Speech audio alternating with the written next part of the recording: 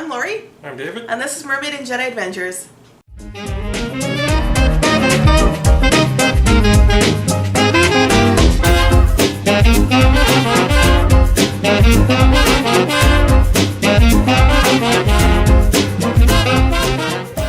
Today in Mermaid and Jedi Adventures, we're going to be talking about 10 things that are sort of underrated or, overlooked or maybe off the beaten path at Walt Disney World.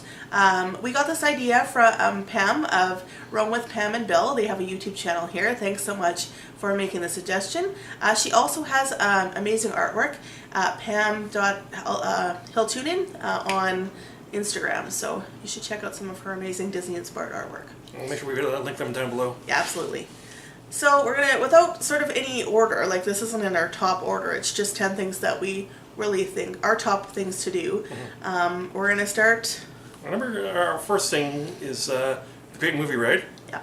It's kind of a lot of people kind of don't like it. I guess it's too slow of a ride for most people.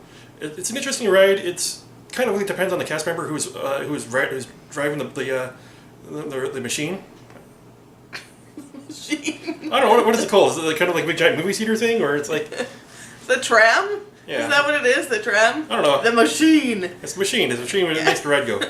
So, yeah, definitely that's one of the things that we like to do. I mean, some people think it's old or needs to be updated, and yeah, I guess that's true to a point, but I think it's a classic ride.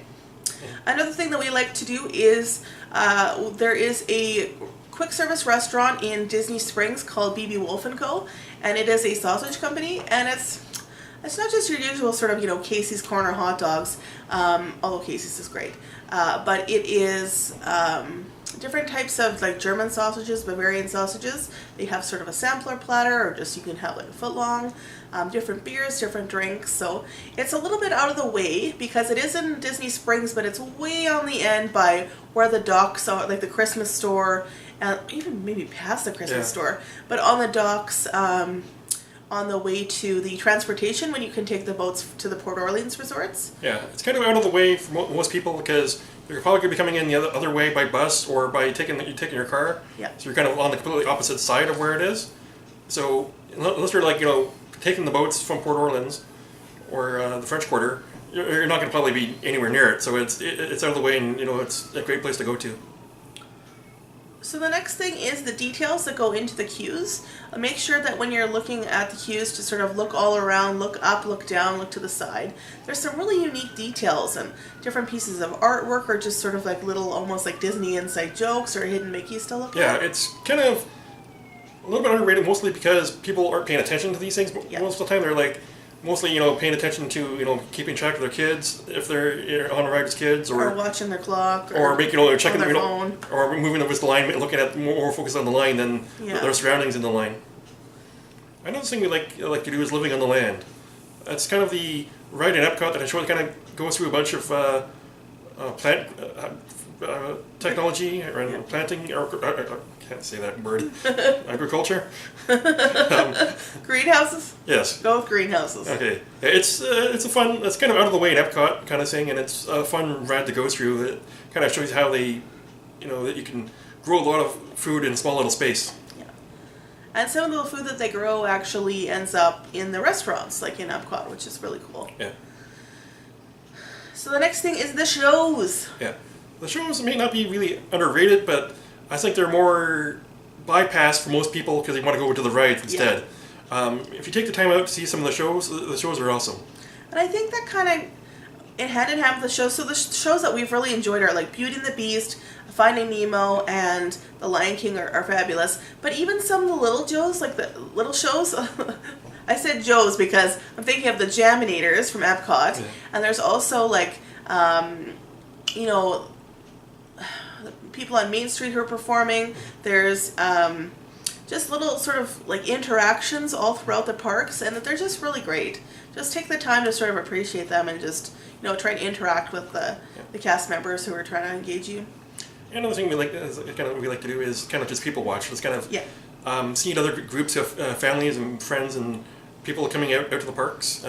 This is kind of another one of those things that you kind of may not notice people unless you're kind of paying attention. You're kind of more focused on getting to your next destination or keeping track of your group, so you may not be looking. But it's interesting because lots of people have different shirts and different, things that are kind of interesting as a group kind of thing. You might see like, a wedding party come in with a bunch of little different shirts, or a big family reunion that will have like a specialized shirt. So if you're going to pay attention to those to the people around the park, it's kind of fun as well. Now this next thing is something that I put on the list because I'm always on the look for something that's delicious, that's quick, and that's not too meaty. Meat is fine. I do eat meat, but I don't want to eat it all the time, and I sort of sometimes get a little like overwhelmed with just like the hot dogs and the hamburgers and the chicken fingers. And the hot dogs and the hamburgers and the chicken fingers. Like, those are great. And then, but sort of like the non-meat option is always like macaroni and cheese. So one of the things that I found that was really good is the fried green tomato sandwich from, it's called Rosie's All-American Cafe. And it is kind of on your way to the Tower of Terror at Hollywood Studios. So it's just a little alternative and something that is a little bit different and quite tasty. Yep, and another thing is the Country Bear Jamboree. Mm-hmm. I think it's kind of the location of it is kind of a little bit out of the way as well. It's it's an interesting kind of show. It's nice to go in there because there's air conditioning. This one falls under unusual because it's a little bit weird, and not just that it's really old animatronics, but what's with that bear that's like singing about blood on the walls or something like that, or blood on the sand? A little bit weird, but air conditioned, funny, and kind of corny and just sort of a really good experience. Yeah. So another thing is mini golf. So there is tons of mini golf in Florida. We've talked about mini golf and our favorite places to go. But Disney actually does have 2 mini golf courses. I want to say one is called, is it Fantasia? Fantasia something. And the other one is called Winter Summerland. And there seem to be just lovely mini golf, but everyone's so focused on going to the parks that they're forgotten about. Yeah. And when you stay on property, 9 times out of 10, you get vouchers for free mini golf. Yeah. So if you do have sort of a relaxing day or you're taking some time off, it'd be cool to check out. And I just don't think that people really go. I don't think they're very busy because people are usually too busy either at the hotels or getting to the parks. And this kind of brings up our kind of last point, especially if you're staying on property, is you can actually go to other hotels while you're staying on property. Check out the resorts.